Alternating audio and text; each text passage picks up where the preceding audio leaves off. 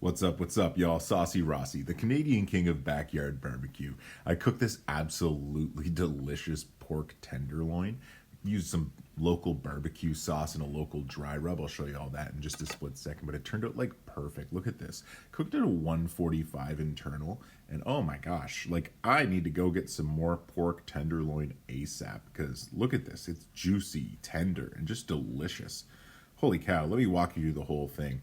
But before we get into that, make sure you're liking and subscribing. I'm always trying to get more people to join my ever-growing community. I always put out recipe videos all the time, so come on in, join the fun.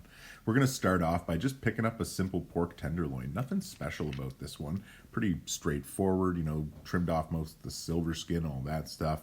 And then I patted it dry. I always try and pat it dry. That removes just the moisture and really helps you, you know, sear it off when you're going to throw it on the grill. Now I'm using the Coastal Cookhouse's Maple Bacon Chili Dry Rub. This is local to Nova Scotia, and I really enjoy it. I think it's just absolutely deadly when you put it on pork. And as you can see here, I'm really putting a lot of it on. Now, my goal is going to be to coat every single side. I'm not just gonna, you know, do that one strip. So make sure you're rolling it around, moving it around, and getting everything perfectly coated. Very important here. All sides need to be seasoned. So take your pork tenderloin and just give it a good massage, a good rub, and pat all this dry rub right in. Very important. Really easy to do as well. Now, you don't need this exact dry rub, but I do suggest you go check out the Coastal Cookhouse, especially if you are in Nova Scotia. They make fantastic dry rubs, as well as other items. Go check them out online. You'll love their selection. But as you can see here, I'm being really thorough, trying to make sure I get this thing fully covered. And there you are. I've got it ready for the grill. The entire thing is covered in that dry rub. So 10 out of 10. Let's get the barbecue fired up. Now I'm using my Napoleon Charcoal Grill, pretty typical for me. I throw in this entire chimney of charcoal and get this thing really rip-roaring hot. I got it up around 500 degrees. And I'm gonna throw that pork tenderloin directly on the heat. And we're gonna start searing it off, okay? Now, you know, I don't show absolutely everything here, but I will go through most of this cook.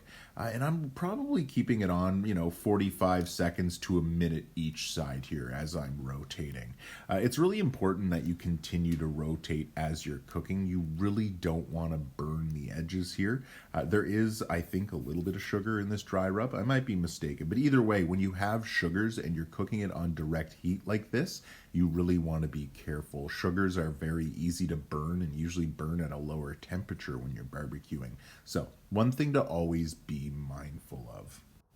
And another thing, this is not a steak, it is pork. So the sear that we're gonna get here is not going to be as intense as we would aim for when searing off a steak. So keep that in mind. But I am still putting it directly over heat.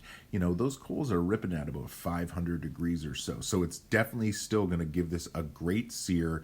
Add that flavor on and really cook these, the dry rub down and into the meat. That's exactly what we're looking for. Now, the first chunk of this cook is on direct heat, but we will eventually move it off on indirect heat and then finish it off. I mentioned this a little bit earlier in the video, but I'm aiming for an internal temperature of 145 degrees. A lot of people say you need to bring pork past 165, but that just actually isn't true. It is safe to cook it past 140 and eat it. So I'm aiming for 145 myself. Both my wife and myself enjoy it at that temperature. And that's what I'm trying to cook for here. I'm cooking for us. This isn't, you know, trying to impress people or anything. That's just, you know, I want my food to taste good when I'm eating a dinner, right? So let's go ahead and speed up this little video process here. I'm going to skip a little bit, but basically searing this off, we're going to move it around a lot here. We want to make sure we're not letting it burn up. We don't want that dry rub to crisp too much. Just make sure you're regularly moving it, okay? That's real important here. So the plan is once we get this to the point you're happy with the sear, we're going to go ahead and cover this with a delicious barbecue sauce of your choice. I'll show you the barbecue sauce I use here in just a moment, but I'm just finishing this up. I'm trying to really get every little last portion of this to have a nice little crust on the outside. That is absolutely key. So when I say moving it from direct heat to indirect heat, what I actually mean is direct heat is right over this coal bed. Indirect heat is just off to the side. So that's what we're going to do right here. We're going to grab this and we're going to move it off onto the side. This is officially on indirect heat now.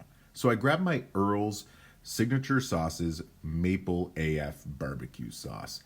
Absolutely love this stuff. As a Canadian, it just runs through my blood whenever I have any maple in my food. So this is the best way to augment my barbecue. I am telling you.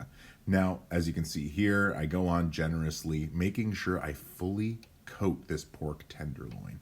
We want to make sure we get absolutely every side coated evenly. We use our brush to make sure things are smoothed out. We also just make sure there's no pooling barbecue sauce. Then we're just going to put our lid back on the grill and let this thing cook.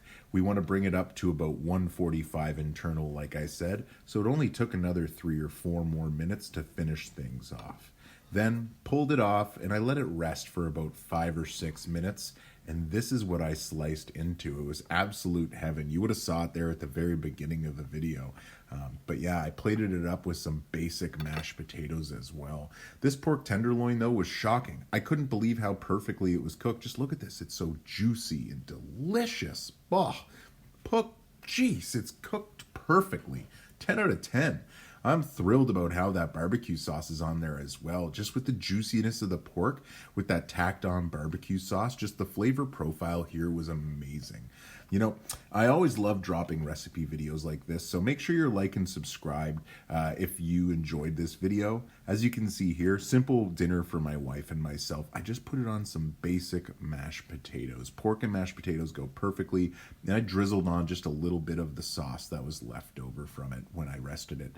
This became one of my favorite meals of the week. So thanks again for watching. Take care, stay safe.